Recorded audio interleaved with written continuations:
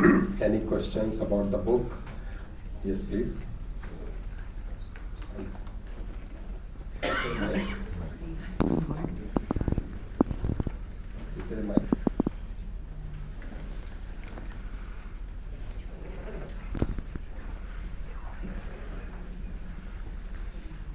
You have a question? Yeah. We don't have a mic, I think, but I can ask. I'll speak loudly. It's a question in two parts. The first part pertains to what you said about your grandmother writing these books. Was it written furtively, or was it written in a style of freedom of speech? She, as the empowered franchiser, blasting through in the spirit of freedom. And just as Local mentioned, two sides of the coin.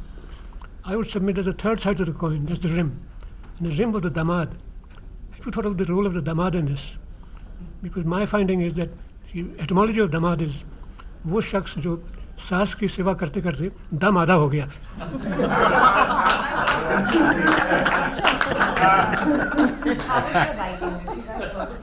Nice one.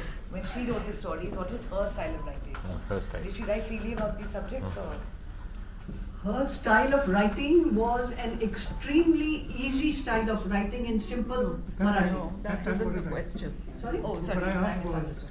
was it written in the spirit of freedom of speech, Freedom of speech. or was it written furtively? Furtive. Furtively. Furtive. Furtive. Furtive. No, it wasn't at all written furtively. She used to come to Pune. Pune was part of the British province which allowed all these publications. So she used to come from the princely state, Sangli. She used to come to Pune and have it published there. Very good. There's no difficulty. It was nothing against the King Emperor, you see. Not sedition either. Oh, question on the back. When the girl got married at the age of 8 or 10, was she expected to sleep with the husband or was she protected?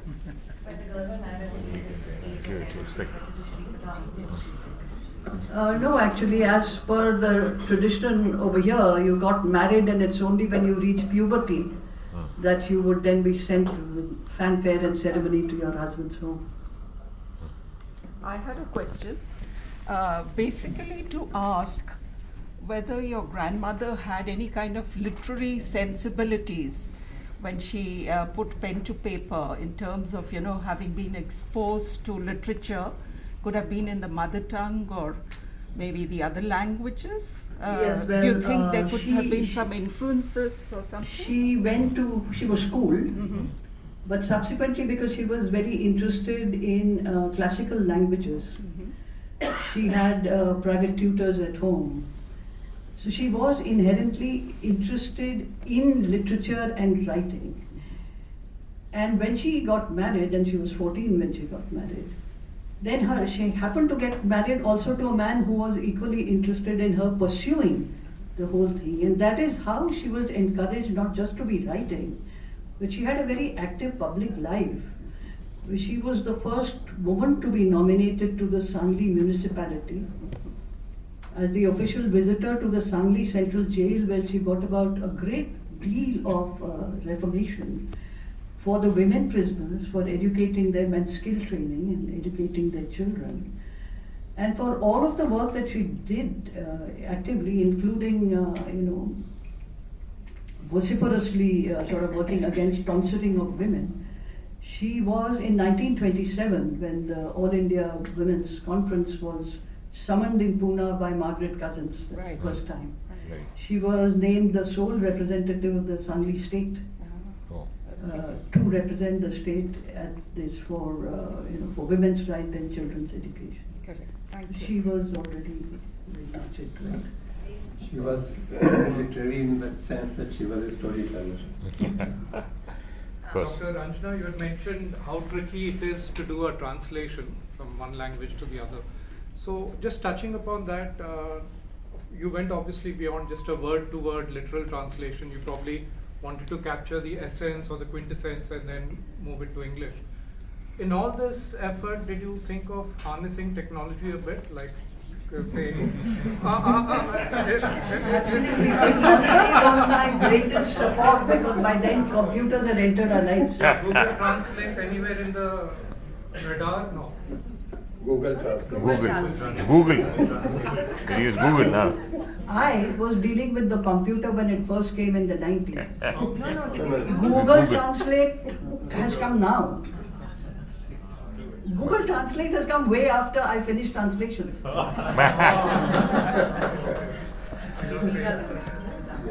Yes, please.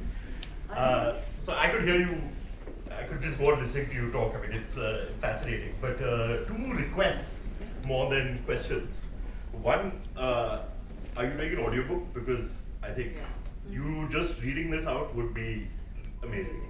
And two, I think I have your next project, which is your grandmom sounds fascinating. Perhaps a biography of her. Veer, if you promise to help me with this audio thing, yes, you signed up for it. And I'm just taking off from that. She had like a long life in that age group, like 85 years old. So we would love to know more because it's healthier, much more than what people today also eat. In those times. You go to the gym. All of you are signed up. I love all your ideas. Good Absolutely, one. let's do it all. Nice, nice. Okay, I just want to ask one thing, just to relate that particular period when she wrote the book. See, I'll put it this way, that we have known a lot of artists coming out from Maharashtra, whether it is music, say Pandit Bhimsen Joshi or Kishori Amonkar. But going by what the stories Justice Lokur narrated, it was almost like an audiobook. I didn't find any strand or any reference to art or culture. Education, yes, she has been, stressing on it. So does that mean that during that period, the milieu of that region, they were so involved in the freedom movement and emancipation that these performing arts, dance, Indian classical music, did it take a back seat? Or what was it that she didn't make any reference to these in the book? So there is a lot of reference to authors of that time. There is a very famous author called Hari Narayan Apte who wrote about the condition of the child widows and so forth. It's called Bon Aite Kon. Who is going to listen to them? Or other stories that there are. And typically over here the heroines are seen reading those books. And this conversation which Justice Lokur was referring to in one of the books, well, no, it is one where both sides of the Coin. in that. So this chap who's in love with this widow, and she has read all these novels and she is conflicted. She's a widow and she thinks that should she do the penance, and what if he were to come back to life in my next life and so forth. And here is this chap who's in love with her, who's a doctor, and who's saying that, whatever you're reading, all these heroines and so forth, who are some mythology and such like, this is a view of some people, the writer's view. It's not based on fact. But you need to think of it rationally, and he goes into a whole narrative to say that you're an educated girl, do you not know about the incidents of orphans being abandoned, of suicides by young women? Are you not reading the newspapers, and do you not know this? So essentially, you don't really have a good reason to refuse to marry me. And what he does understand is that Kaka Sahib, the father of the girl, he doesn't approve widow remarriage. And that really is her constraint, to get round over it. But what you're saying, Naresh, about dance and music and all that, the people that you have named are of a later period. We are talking here of the end 19th century and around the early part of the middle. I don't know whether there were any famous classical singers of the names that you have mentioned. I think they came a little bit later. Yeah. So yes, they were probably totally immersed in this whole situation of either the reforms or not the reforms. Society is always split in two halves, right? One who wants reform, one who does not. Please. I think this is both sides of the coin. Yes, this girl is reading a book called Prem Sannyas. I mean, renunciation of love. So this guy is disappointed with his love and therefore he has to sort of give up the whole thing. The author was a very famous writer and dramatist called Ram Ganesh Gadkari. And so she's using all these heroines who have, kya kiya hai suddenly, so therefore she's wondering about that. But where he's talking about, which Justice Lokur read out to you, that he supports all this reform but not widow remarriage. So that is what it would be. Yes, please. Well, I mean, let me tell you about one of the incidents, which is that her very vociferous Advocacy. agitation against tonsuring. So in Sangli, as my father told me, there were 5 brothers. The barber community of Sangli had sort of done a bahishkar on the Abhyankar house, and so my father said they'd all sit on the steps and they should give each other haircuts. But importantly,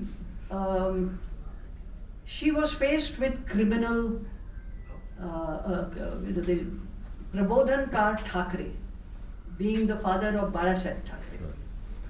He had written a counter sort of angry piece about her to say, he kon hai Jhansi Rani, who's come to say that widows should not this, that and the other, and threatened her with a criminal case. I mean, she had firstly had a lawyer who supported her, a captive lawyer, so she didn't bother about Useful it. She just lawyer. carried on doing what she was Lawyer is doing. very useful. So there was a lot of pushback. But yes, your fine arts and so forth came at a later time, I think.